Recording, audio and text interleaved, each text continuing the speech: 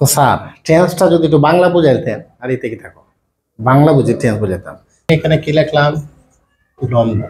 লম্ব দ্বারা টেন্সটা একটু বোঝার চেষ্টা করেন। লম্ব এই বাক্যের মধ্যে আপনি যদি মনে করেন বাংলা বাক্যের শেষে আমি আগে লিখে নিচ্ছি লম্ব বাংলা বাক্যের শেষে, বাংলা বাক্যের শেষে ল আর ম যদি থাকে সেটা হয়ে যাবে পাস্ট টেন্স।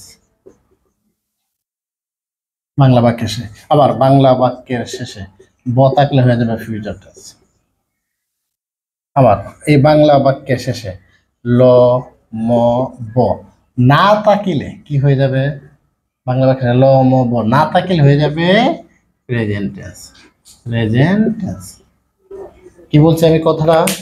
বাংলা বাক্যের শেষে ল ম থাকলে পাস্ট টেন্স, বাংলা বাক্যের শেষে ব থাকলে ফিউচার টেন্স, বাংলা বাক্যের শেষে ল ম ব না থাকলে কি প্রেজেন্ট টেন্স। আমি ঢাকা যাব, ব ব এই যে ব তার মানে কি ফিউচার টেন্স। আমি ফুটবল খেলেছিলাম, লাম লাম মানে ম ম ম থাকলে কি টেন্স? ম, এটাও পাস্ট টেন্স। আমি স্কুলে যাই, হুম, ল নাই ম নাই ব নাই তার মানে কি টেন্স? Present tense. এইটা হলো বাংলা টেন্স, আশা করি বুঝছেন।